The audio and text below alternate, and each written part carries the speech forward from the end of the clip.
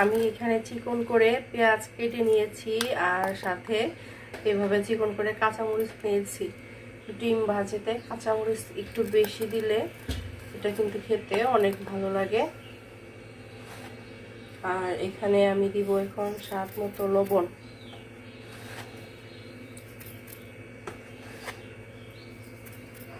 এটা খুব ভালোভাবে কষলিয়ে নিব।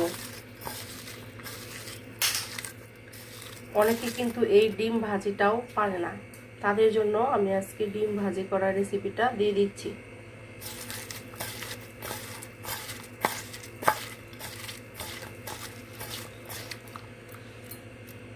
তো খুব ভালো করে পেঁয়াজ, মরিচ আর লবণ কষলিয়ে নিলাম। এবার একটা ডিম ভেঙে দিয়ে দিব।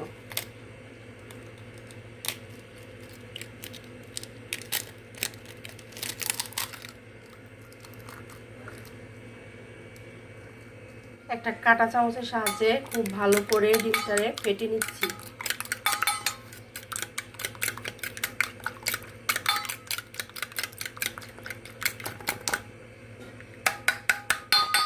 তেলটা যখন হালকা গরম হয়ে যাবে এই সময় আমি ডিমটা দিয়ে দিব।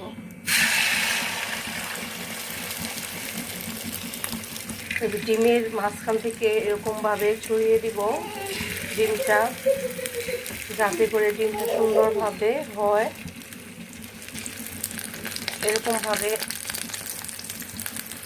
এইরকমভাবে ডিমটা যদি ছড়িয়ে না দেই তাহলে কিন্তু ডিমের ভিতরে কাঁচা থেকে যায়, যার জন্য খেতে ভালো লাগে না। ডিমের এক পাশ হয়ে গেলে এইভাবে আমি উল্টিয়ে দিব।